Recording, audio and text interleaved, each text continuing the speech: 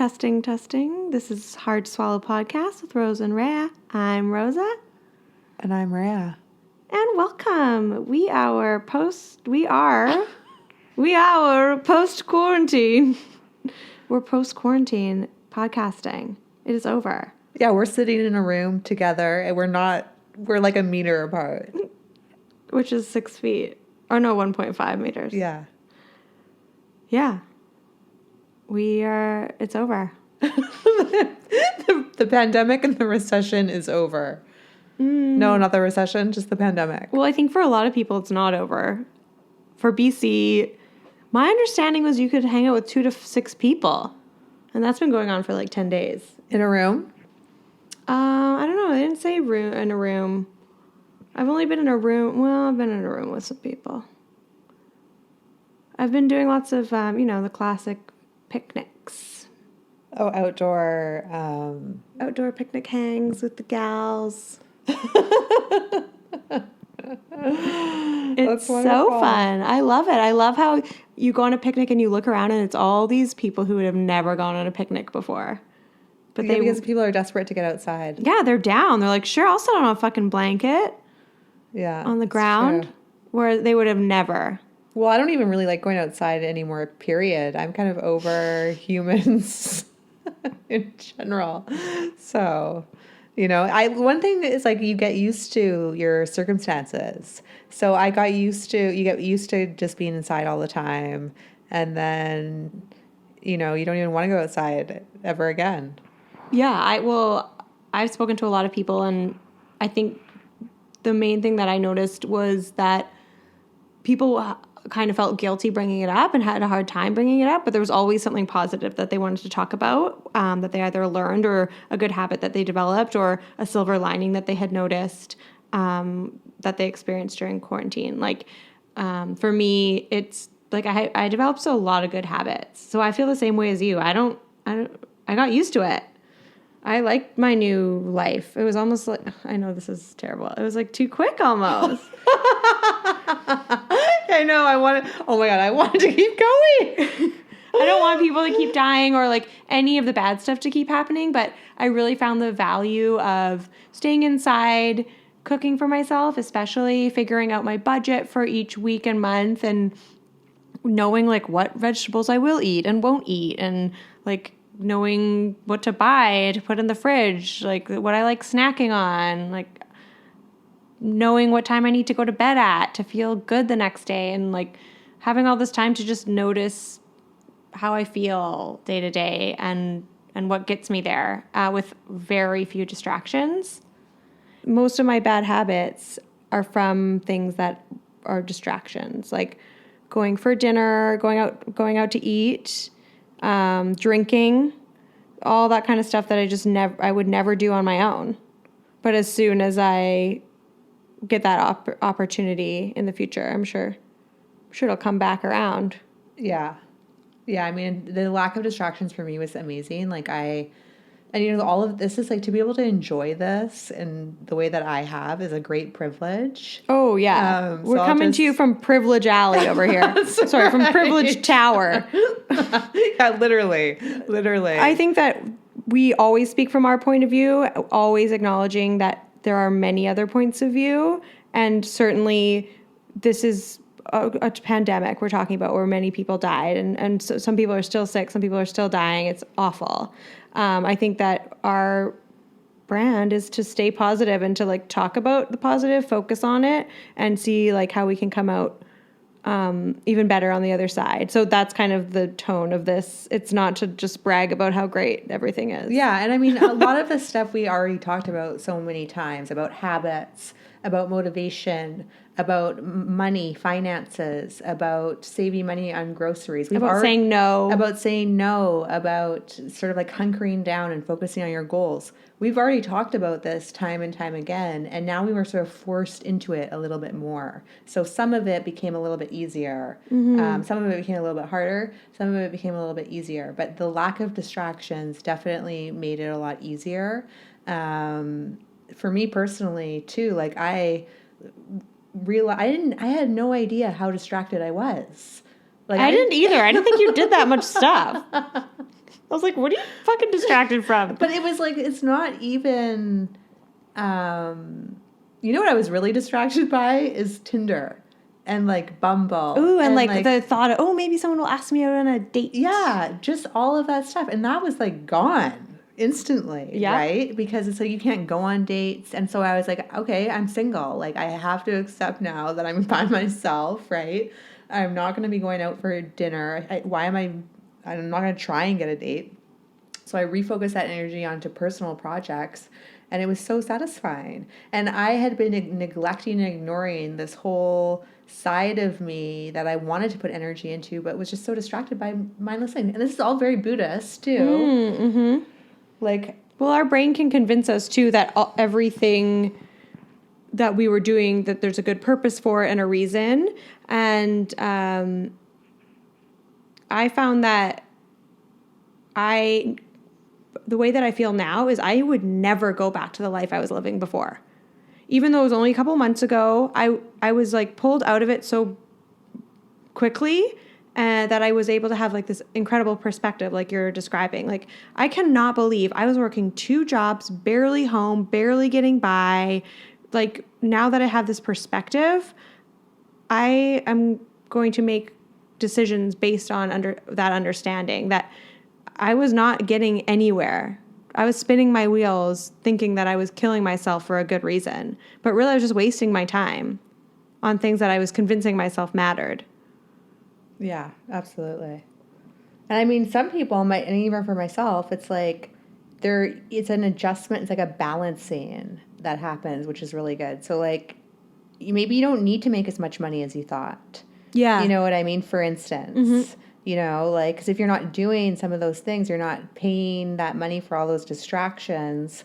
Maybe that you don't need to grind so hard, and you can focus on other more pleasurable things. Totally. And I think that I especially, and lots of Vancouver people, like I think that they mainly work hard, not smart.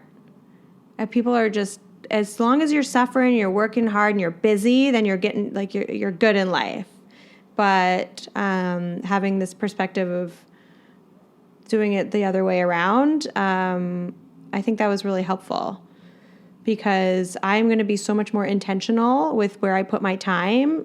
Certainly, I want to make more money, but I will go back to having 2 jobs eventually because I will have to. But being so much more intentional about what it will be and my moods and making sure that the good habits that I've created, they don't get affected by a new job or bringing new things into my life that I didn't have during the quarantine. So that's a good perspective, I think. Mm-hmm. And you said, so my other job, I had to have my nails done. I had to be full makeup, cute outfits, like all of that being gone. That I've saved so much money. It's wild. Mm-hmm. And I know you didn't like that. Like you fully, like you've already, you didn't get your nails done yet. I'm gonna get my nails done tomorrow. Rhea already got a pedicure. Like she's already like halfway ready to go. She's like Princess Rhea again. Yeah, I mean, I did miss that. But like, honestly, like if I had to, I could go without all of that. And you did. And I did. But like, you know, you just sort of like adapt. But it is like, it is a shock. Like to me, I think you're absolutely right. Like I did save so much money in those 2 months on just self-care. Mm-hmm. But really all that said to me is all the amount of money and energy women put into self-care and being beautiful every single day. It's insane. Yeah, and it's not fair. No, it's not. And it's a standard, and it's like, and some could say, oh, well, you don't have to live like that. And it's like, yeah, I actually do. Mm-hmm. Like, if I want to be successful, you literally have to. Yeah. You can't not do it. Be running around just with floppy hair and no makeup on and expect to be a CEO. Yeah, exactly. Exactly. It just doesn't happen. Right. So... and guys can be really, really sloppy, and they can still be a CEO. I mean, really? You think so? Yeah, I think so. Well, they don't have to.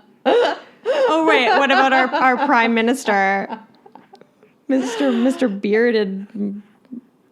Yeah, I mean, there's just a lot of examples. Actually, I think he's like okay dressed. Like You were getting so mad. You're like, look at this sloppy guy with a long ass beard.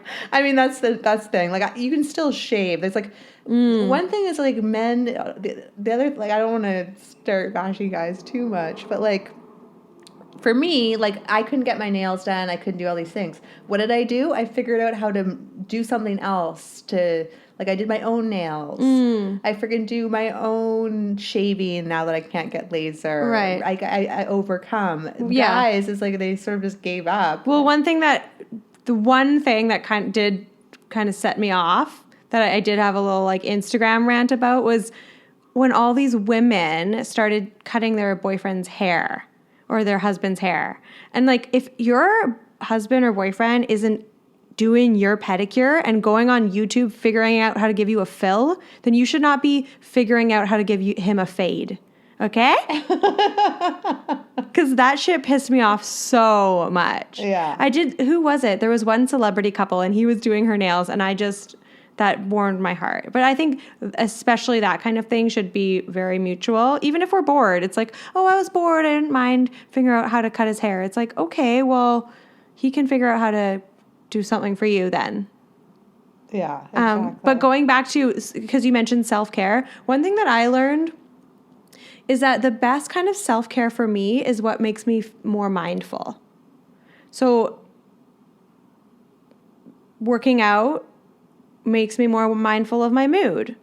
If I do work out that day, I'm mindful that I can feel my energy rising. My mood is a little bit more positive. If I'm cleaning my house regularly, just like tidying up, getting that oven clean, whatever it may be. And we've talked about this before, like the hard things, I think, are the things that give you the most sense of self-love. And they really give you the most sense of, or they give me the most sense of mindfulness. I start noticing how I feel. I start noticing my thoughts. And it's just like a big hug. Whereas getting my nails done, I don't think it's going to make me feel more mindful. I don't think it's going to bring me to like a new level of happiness, the way that really just, day to day, having good habits in the home, eating well, doing a nice workout, and elevating my mood that way, way better in the long term. Yeah, absolutely. I think, I mean, working out is so important, and especially during these times. Like wow, the COVID, I tell you. Oh, God. The COVID got Rhea's brain real good. Anytime the going gets tough. Yeah.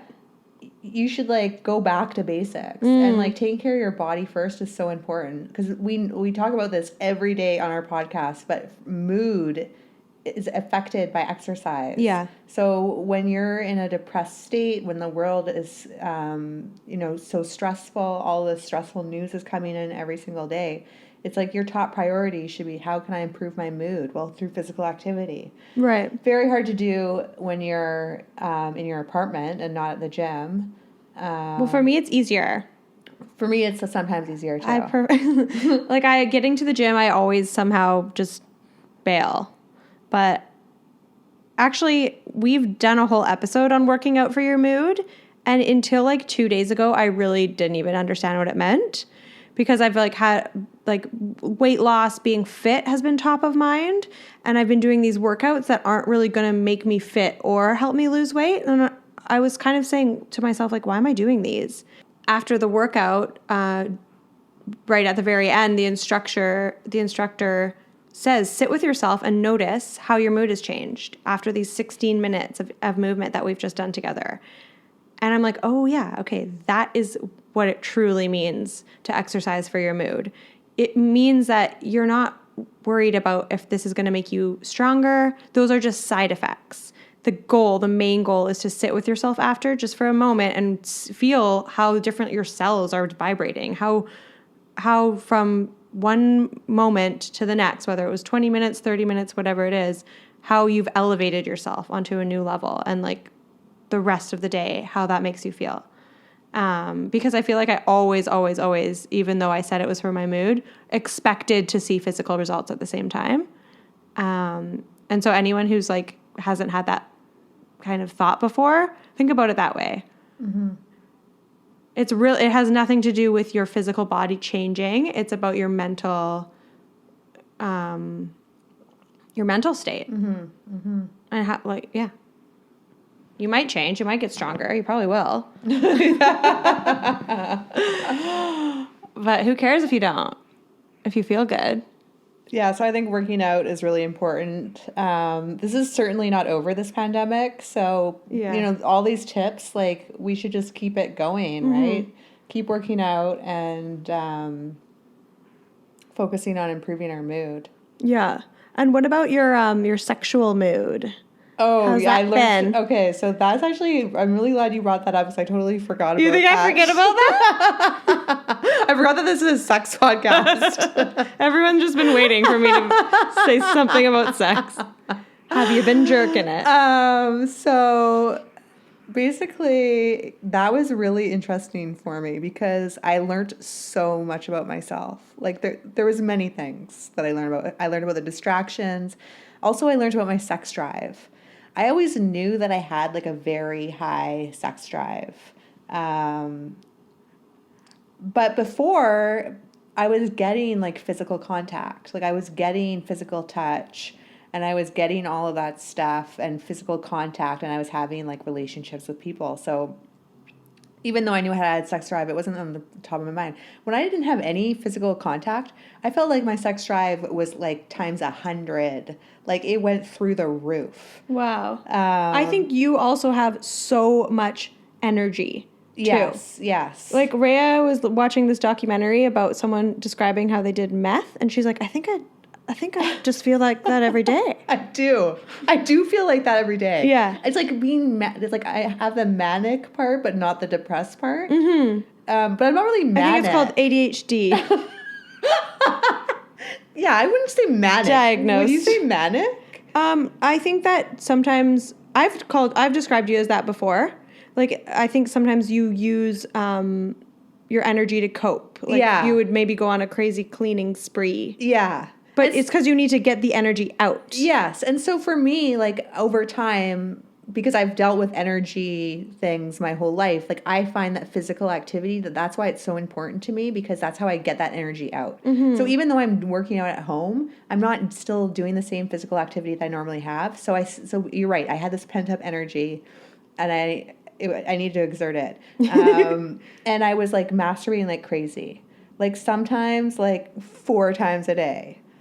Like, well, what else is there to do? And I'm like, have you watched The Real Housewives? You're like, no, not yet. I'm like, what the fuck has she been doing? Like, I've been busy. And it was crazy. And then like I started to get bored. So I went through this whole journey, right? It was a fucking journey. Take us on the journey. First, I went like manic with the masturbation. And I would just do it like obsessively. Almost to the point where I was like, is this a fucking problem? Like I felt like one of those guys, like those men. You're like, it's okay, I'll just keep it a shameful secret and no one has to know. Just one more time. That's right. And then I was like, and then I got kind of bored of it, and I had to like come up with new fantasies. I had to watch different porn. I had to fucking go through my drawers. I found some new toys that I fucking started using. And I was like, thank God I kept this piece of junk lying around that I never tried, but now it's like really good. So it's just like a whole thing. Then it was cool though, because I did like experiment a lot with my imagination, and like what I realized was, it's like, because I was by myself, it wasn't just about the masturbation. It's like, you really have to become your own sex partner. It's like, when we talk about solo sex, it's like literally like, I am now in charge of my sex life and it's just me. You know what I mean? Yeah, that's a great point. And so it's like, I had to keep it spicy. Same thing in a relationship. It's like, I had to fucking try the different toys. I had to introduce a different fantasies. Like, I had to put a different outfit on or whatever. I didn't go that far. But like, it was like that, where it was like I had to, and I spent more time with it too. It was like that was part of the imagination thing. It was like, it's like, make it more fun, you know? Absolutely.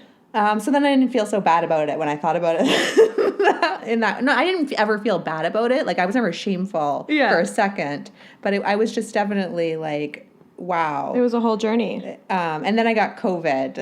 Oh, God. So then you only did it like twice a day. That's how I knew I was sick, actually. That's when you know, like, for me, when I know I get sick, when I stop masturbating, or if I stop, like, wanting to use cannabis, or stop drinking coffee, those are 3 signs for me that are like, uh-oh, something has gone awry. It's a trifecta.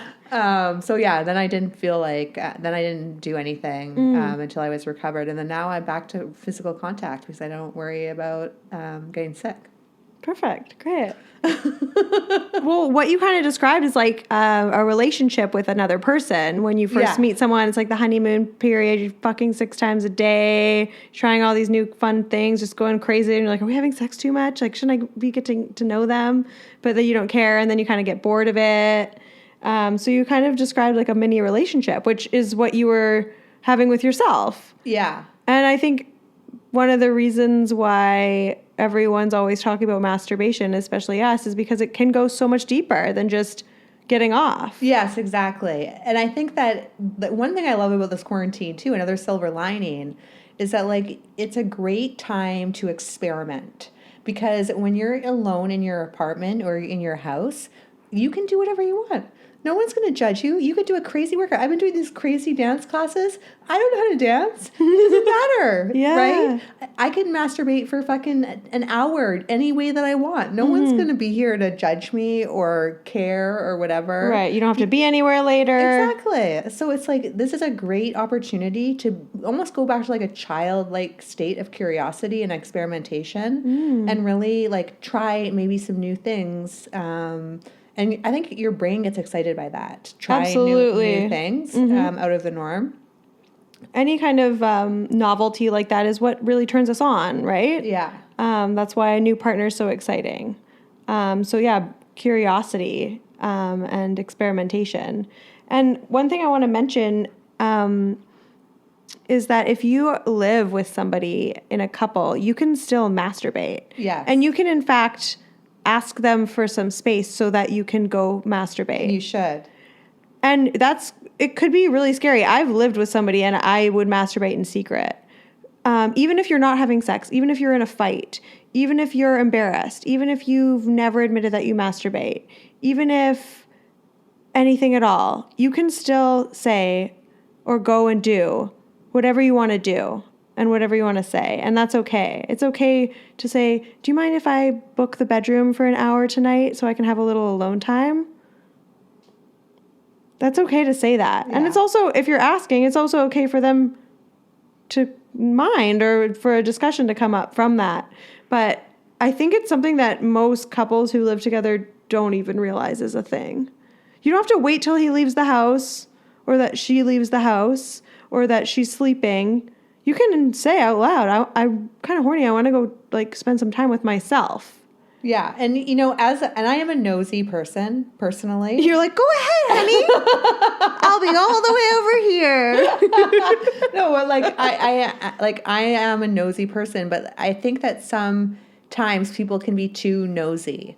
Oh, okay. And so like what I'm like, I know that sometimes in a relationship you get into the thing where you feel like it's their business is what are you thinking about when you masturbate? What kind of porn are you watching? You know, and I love asking those kinds of questions, but really it's like it's none of that your business, really. Yeah. You know what I mean? And just like, you don't have to tell people what your fantasies are or how you masturbate, or you can share it if you want with your partner. But I mean, I think you can also keep some things private, even if you're in a relationship. Totally. You can just say, Nunya. None your business. So yeah, that was quite an eye-opening experience for me, and it was interesting to me how, like, I really did like even physical touch for me. Even if I don't have an orgasm, it still fills my cup up in a way. And so that, like, I mean, I think women are used to not coming anyways in the presence of a man. Yeah. So, but it's still... But it's okay. It's totally okay, and it does still make me feel very good, and it makes me almost feel like that's, like, enough sometimes. I get my cup filled up, and I feel satiated. Yeah. Well, one thing that I notice is I do value physical touch way more now. Way more.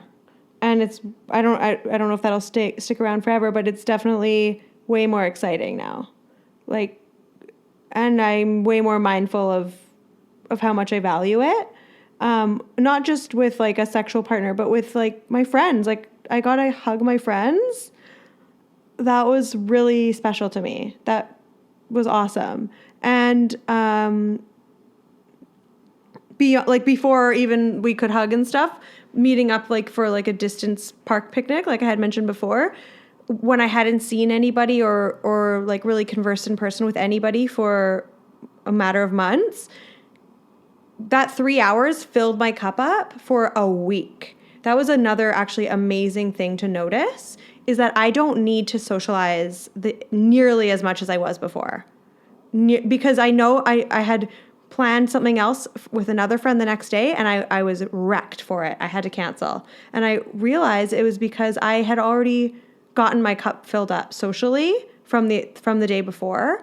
And I think that we can all understand that we don't need to pile so much on our plate, right? We don't need to day to day to day to day have something planned every single day. And I think that we can all go into reconnecting with people with that kind of value of that physical touch, with knowing exactly how much socialization and physical touch fills up our cup. And maybe in the future, like, I probably will want to come again with a guy. Yeah. Right? It might happen for one now, day. it just feels good to be around and to have that kind of physical touch is definitely quite fulfilling, I would say. I agree. I was like the complete opposite during quarantine, but I'm always like this. I had no sex drive whatsoever. Even though I missed it, I just nothing. And it's okay. And the where that led, that realization of how intense my drive was, I just had to adjust my life. Like now I know I need to do 2 hours of physical activity per day to like get rid of that energy. Yeah. And it's got to be a certain amount of time. That takes discipline. And so everyone should be doing that. Like anything that you learned about yourself during quarantine, it's like figure out how to implement the changes. You know what I mean? And sort of like account for that.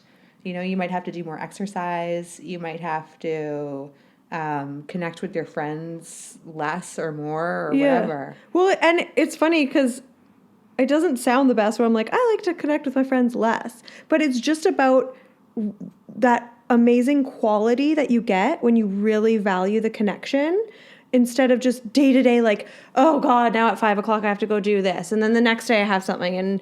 And you're not just taking a rest the next day to like let it sink in and appreciate it.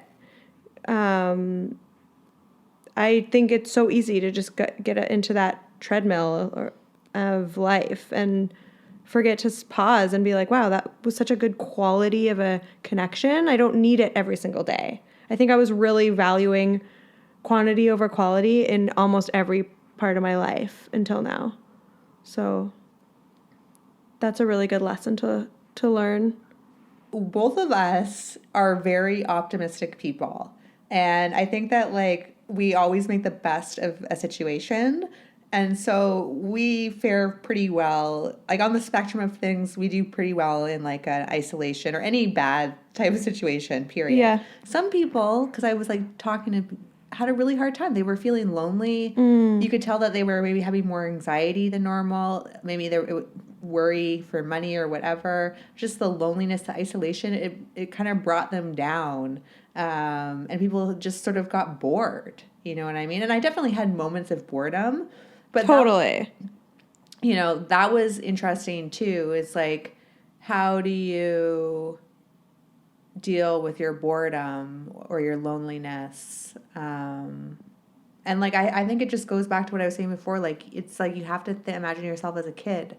And it's like, what are some of the things that you would have wanted to do? You have to think of new things to do, new ways of doing, new things of trying new things. Sure, but that you could also, like what you were even saying before that, is your Buddhist mentality of saying, I feel bored right now. Yeah, I accept that. with love. And a lot of people, I felt anxiety, and I really did struggle. I've been like pretty much working this entire time, 40 hours a week. Like I have been struggling with, not all of quarantine was great. It's really hard to take on other people's stress in my job and to get up and do that job every day. Like it sucks, especially working from home. Like there's so much to complain about.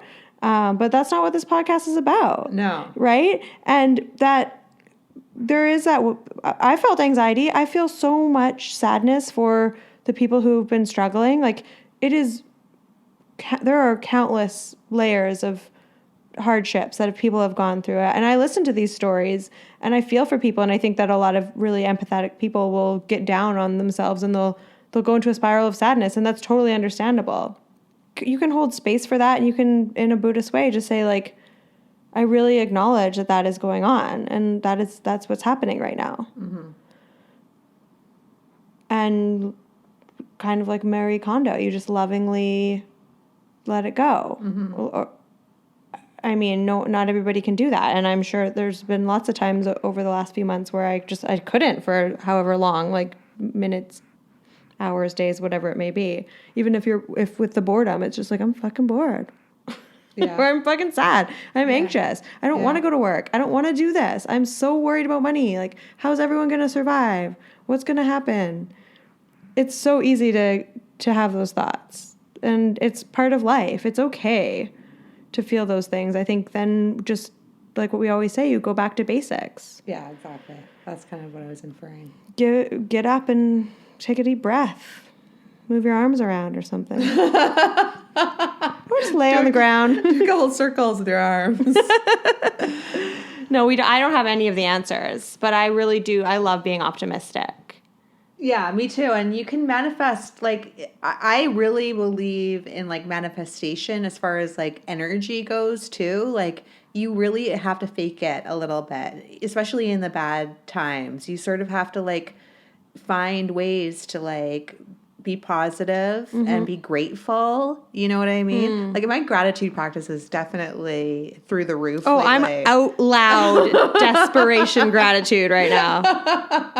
Full on. But it's important. Oh yeah. It's like, how else would you get out of bed? Dude, I'm grateful for these trees I can see with my eyes. Like I'll say whatever. And it's incredible. You trick your brain. Exactly. And you're like, wait a minute. I am so grateful for that. Yeah. And that's exactly my point, is that's why it's so important, because you trick your brain. It's a fake it till you make it. And then all of a sudden you're the most grateful, happy fucking person on the planet, you know? Totally.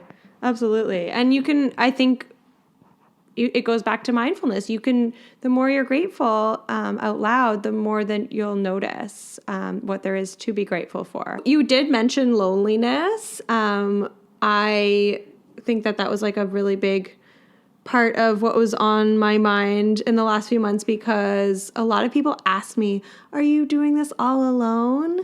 I think it was a lot of people who are living with somebody, they're coupled up, they're not single like me. And it actually surprised me. And I had to be like, what do you mean? Of course I'm alone. I'm single. But I think what they meant is like, aren't you lonely? And no, I'm not.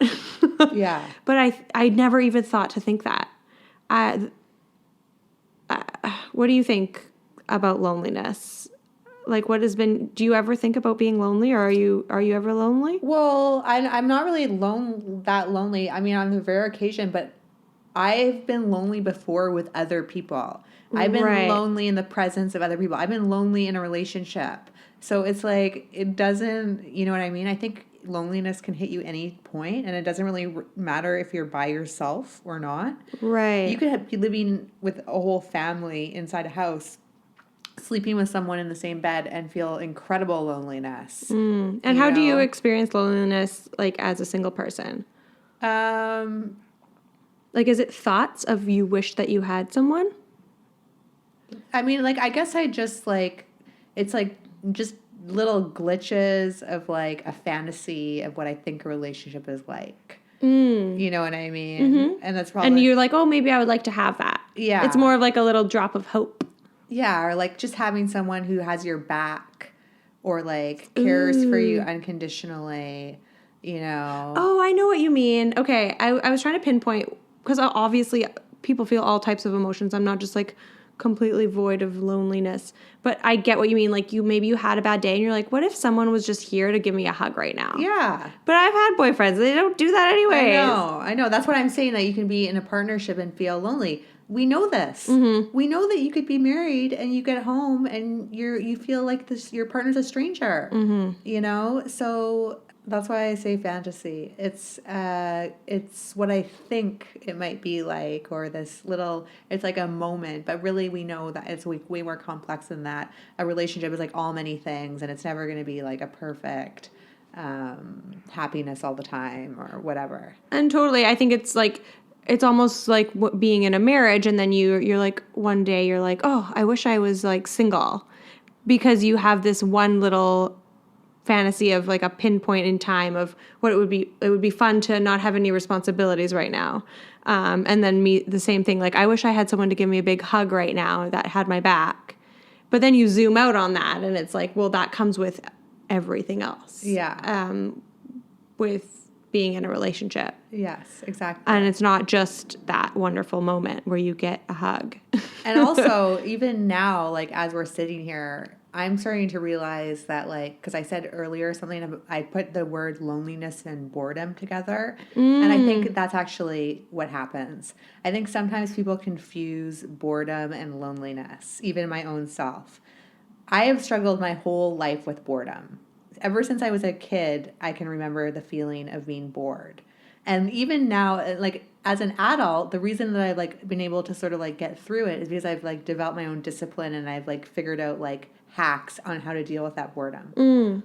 Loneliness, sometimes when I go on Tinder, I'm bored. Right. But I think that I'm lonely. You Right. know what I mean? So I think it's like very, like, that's why the self-care is not really self-care.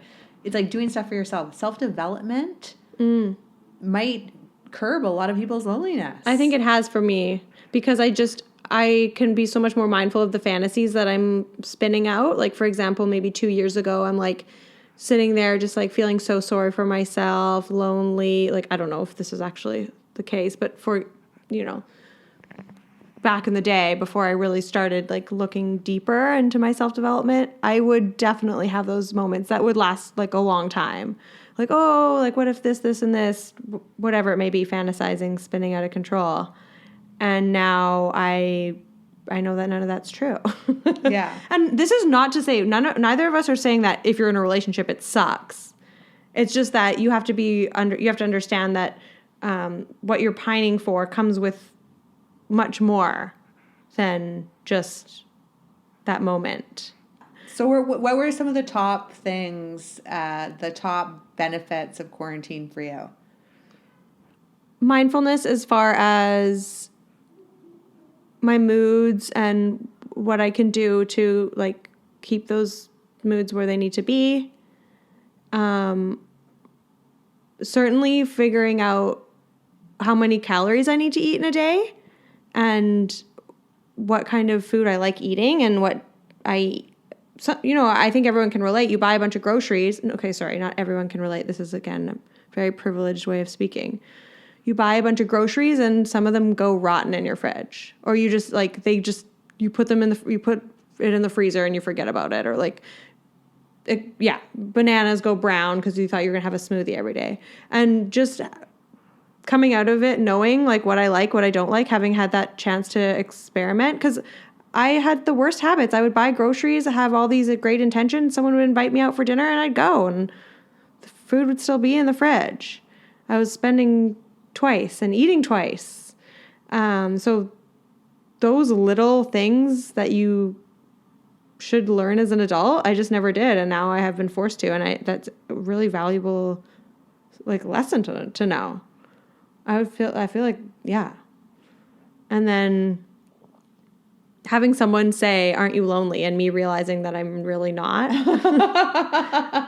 was good too. Yeah, I appreciate that. And I honestly, as much as this is post-quarantine, I think there's going to be more to say. And it's, for the most part, still going on in the world. So hopefully there'll be lots more lessons to learn too. Yeah. Maybe the next one will be don't celebrate and open all the restaurants so soon. Yeah.